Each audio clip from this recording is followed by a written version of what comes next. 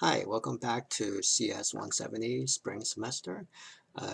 This is covering the last part of Chapter 7. We're going to be doing some conversions. Now, this is something that actually your TAs are going to spend a lot of time to cover, but I'll give my cut of it. You also have the worksheets. So let me go back to here.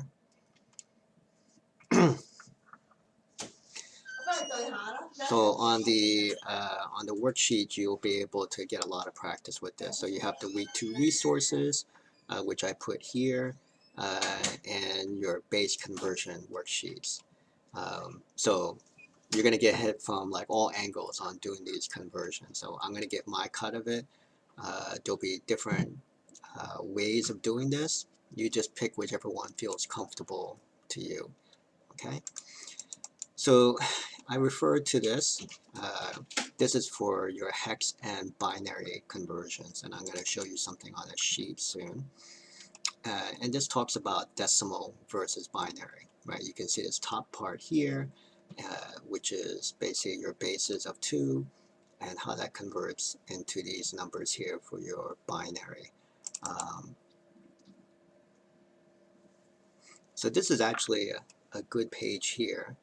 This will actually show you basic converting from a decimal to hex and decimal to binary.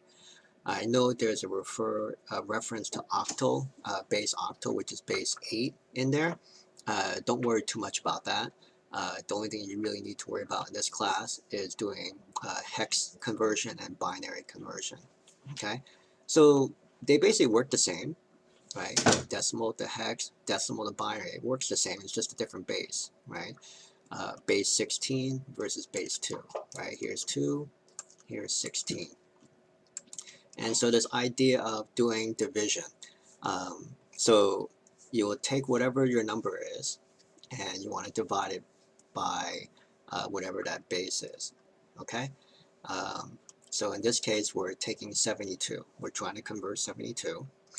And you can see 72 divided by 16, that's 4, and then you have the remainders, right? That's why they kind of call this conversion with remainders, right? And then you'll take this 4 here, carry it over to here, also divided by 16, which you have 0, and then you have a remainder of 4. And so the way I look at it is you kind of take this and then you take whatever numbers here and make it fall to the right, right? So this way this 8 goes over to here and you end up with 48. Not so apparent with only 2 numbers here. It's more apparent when you do this.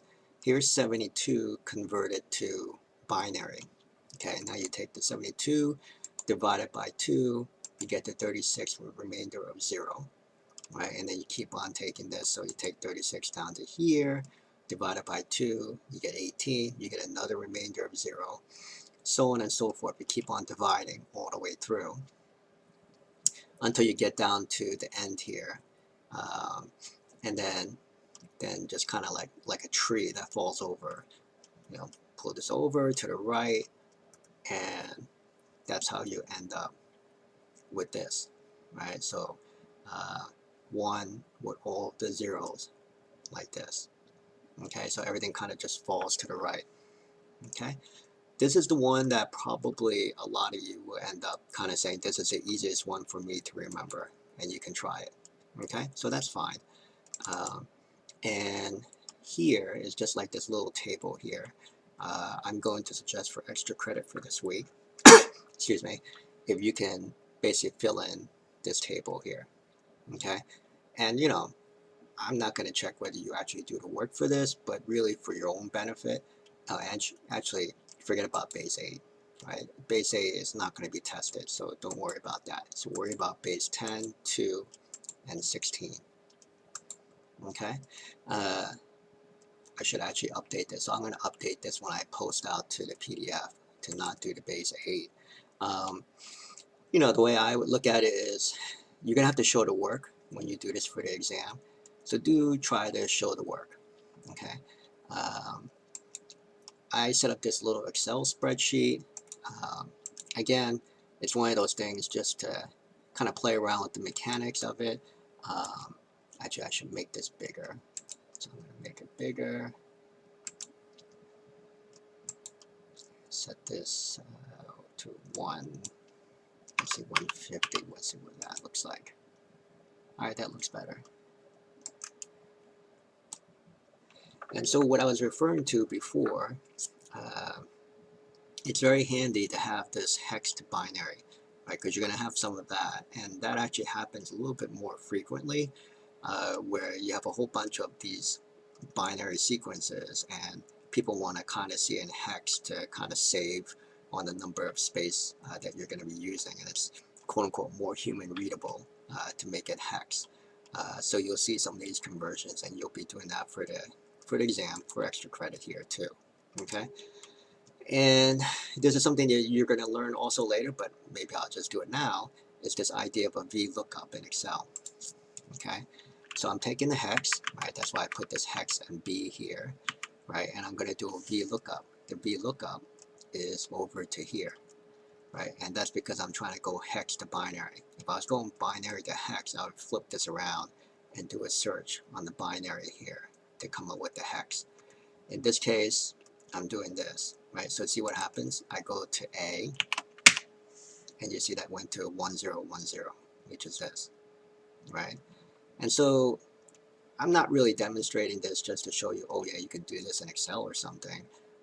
My point being here is that very common, don't like get your head bent out of shape about hex and binary conversion, and just carry this mapping around of like the 16 hex to the equivalent on binary, and you'll just be able to flip back and forth between it. So if someone gives you a hex and say convert this to binary, you just take each one of the hex one by one, and then you'll generate these 4 digit binaries to it, and vice versa. You can take a long string of binary, chop it up into chunks of 4, and convert it to hex.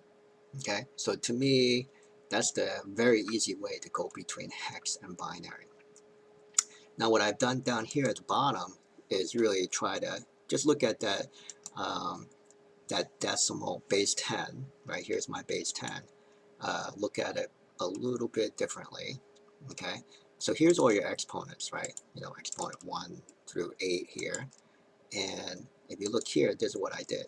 I did power 2 to this, right? And then I just copied this formula all the way across. So this is your 2 to the 1, 2 to the 2, 2 cubed, 2 to the 4th, 2 to the 5th, so on and so forth, right?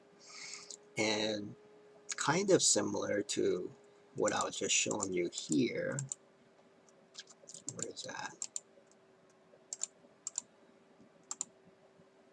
Here, right? This whole thing with the remainders and stuff like that. Kind of what I did here. So I took this number, 129, I referred to it here, and I'm going to do a mod of that, right? So that's why I put this mod here. And I took mod here. Basically, it just takes all the remainders, right? I.e. remainders here, right? And I carried it all the way through, and it just keeps on dividing all the way through until you eventually end up with 0 at the end, right? And this is the lowest digit, right? 2 to the 1, obviously. And then this is the actual division, right? So here, I took the B25 divided by C24. See, there's 1, and then you have a remainder of 1. And then it's just going to keep on going until you actually get up to here. And that's where you get, it divides once, right? So you get the 1 here, boom, boom, boom. These are all zeros. And this is just a different way of looking to essentially get to this, okay? So let me see, let me put 72 here. Okay.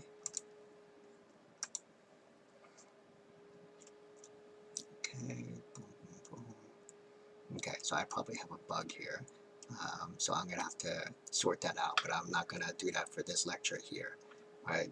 But anyway, this part here with the hex to binary is, you know, a good way to look at, and try to follow this type of conversion here, and I'm going to try to fix my bug here for the next lecture.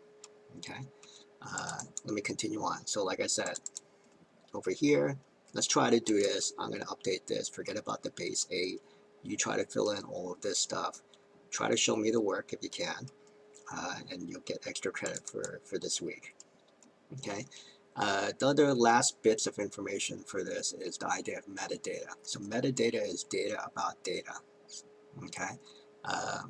So common thing might be, let's say you took pictures. Right. So in a picture, it might say, you know, what's the size of the picture? What was the resolution? When did you take the picture? Maybe even like, you know, with the current setup these days, like the location of where you took the picture, all kinds of information about the picture that you took. Right, so that's an example of metadata. Okay, and this is a review here. Right, so for Chapter 7, these are important things you want to try to take away and understand. Okay, so try to get a handle on all of these as you prepare for the exam. Okay, great. Thank you.